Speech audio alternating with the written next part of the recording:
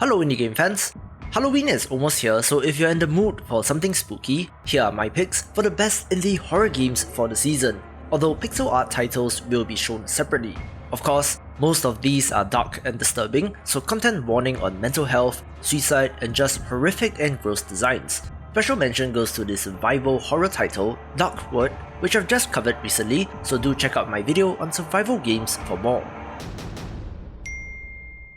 High school can be hell for many, and if you want to experience some of that horror, the Coma Recut may be of interest.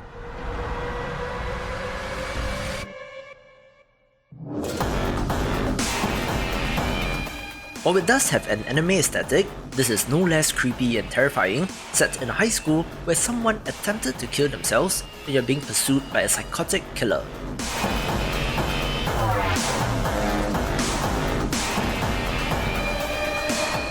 Coming to us from Devspresso Games, a South Korean studio who also made the Darkest Dungeon-like Embrace Cold Soul, the theme hits home even more given how stressed out students are in that country.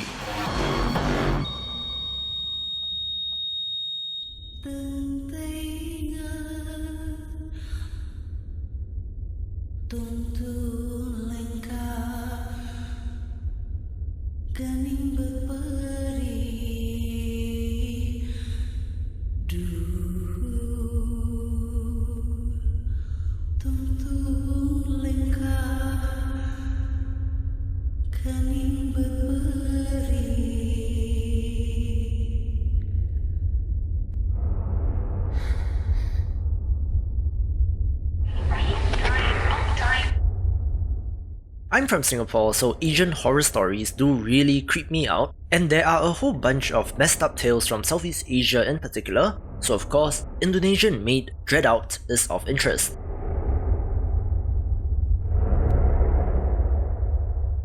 This reminds me of Fatal Frame, where our protagonist explores an abandoned town, armed with a smartphone and camera, hoping to reunite with her friends.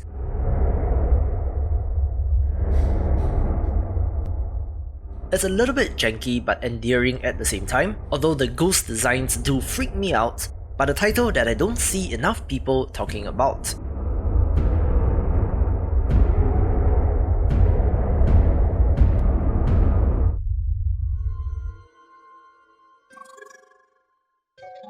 This is all my fault.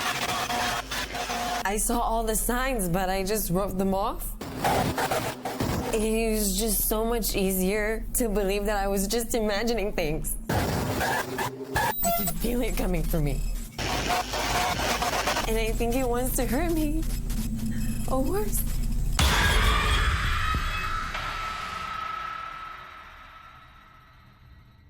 If you think about it, modern technology is ripe for horror since it does have so much access to information on our lives, where SIMULACRA 2 executes this to perfection.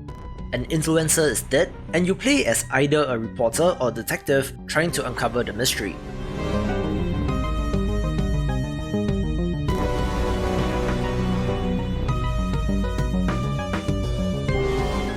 Central to all of this is that you're given access to a phone, so you can look into emails, videos, text messages, and so on.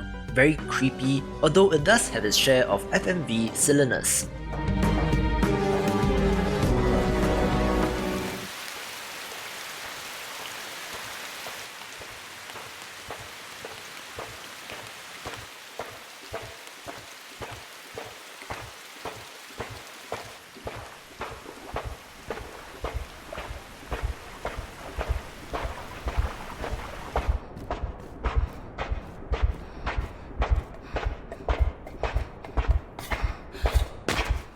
In doing the research for this video, I was surprised to learn that Playdead, makers of Inside and Limbo, are actually not that small of a studio, but still technically indie, with the follow-up to the monochrome puzzle platformer being similar, but it does take things into a much darker place.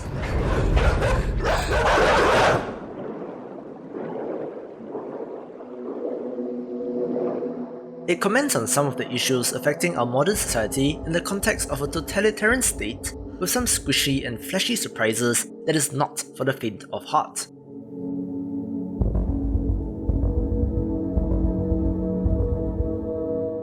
Still, Tremendous world building and atmosphere, with colour again being used very effectively and is not to be missed.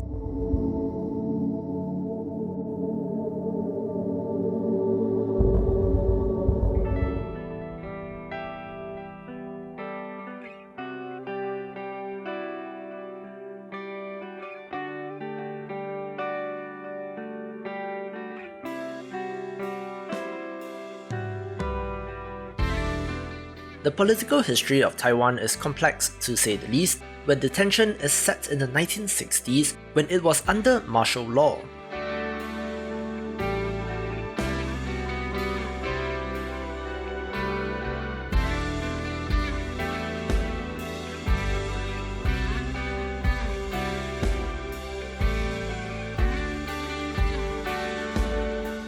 Similar to the Coma above, this is set in high school where evil encroaches, where you must hide from monsters, find items and uncover the mysteries as the dark past of the school is revealed to you.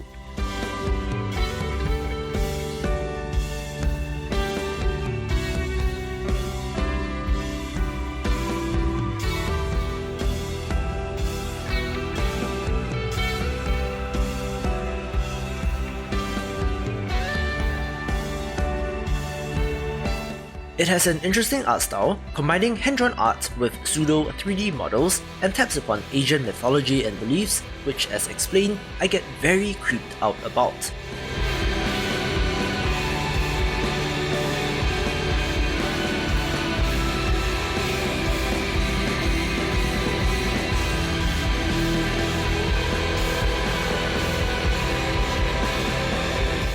The non-typical setting is one of the reasons why you should play this, if just to get more exposure to the world.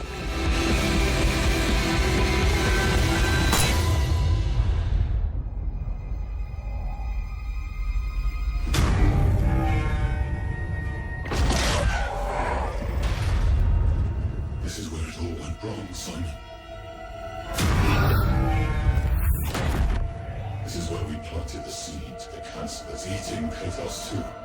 One of the most impressive titles in the genre is the sci-fi entry SOMA, which has some philosophical underpinnings of what it is to be human, as well as the concept of consciousness. It wasn't meant to be like this.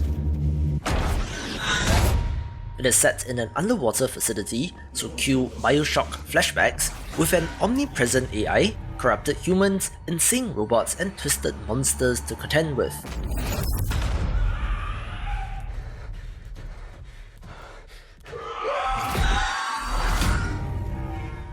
Equally of note is that this developer, Fictional Games, are also behind the Amnesia series, which is excellent, so they sure know their horror games.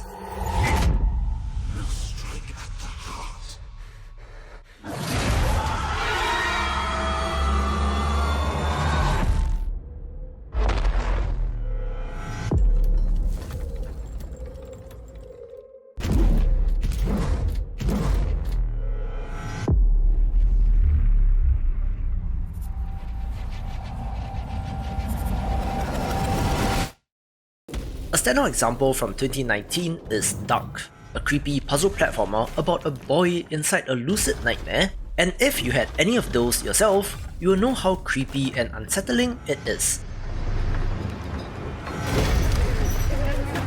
Not so many jump scares and more along the lines of Inside, but with all sorts of body horrors, this is perfect for the season.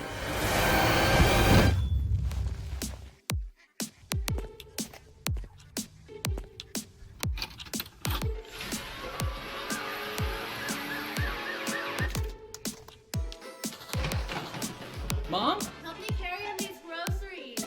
Oh, you got duck season! 1 day rental, so make the most of it. DARQ Season is a clever Trojan horse of a game set in 1988 and tapping on the nostalgia of many with its own take on Duck Hunt.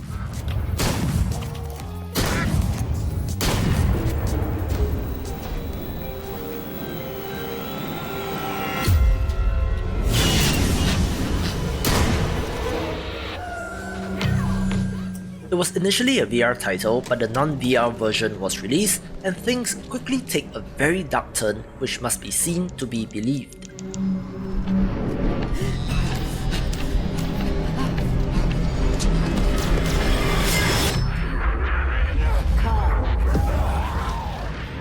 sunshine, sport. Don't call me sport. Sure thing, champ. What's on the docket today? Boring Martian routine, but if you don't do it, you die. What's up with the lights? There's nothing perhaps quite as scary as isolation, and Moons of Madness takes it into space, where there really is no bounds for cosmic horror.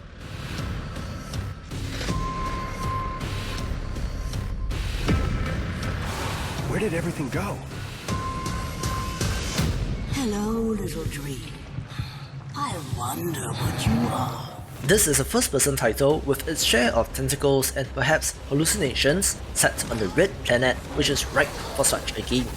Shane, there will be no survivors.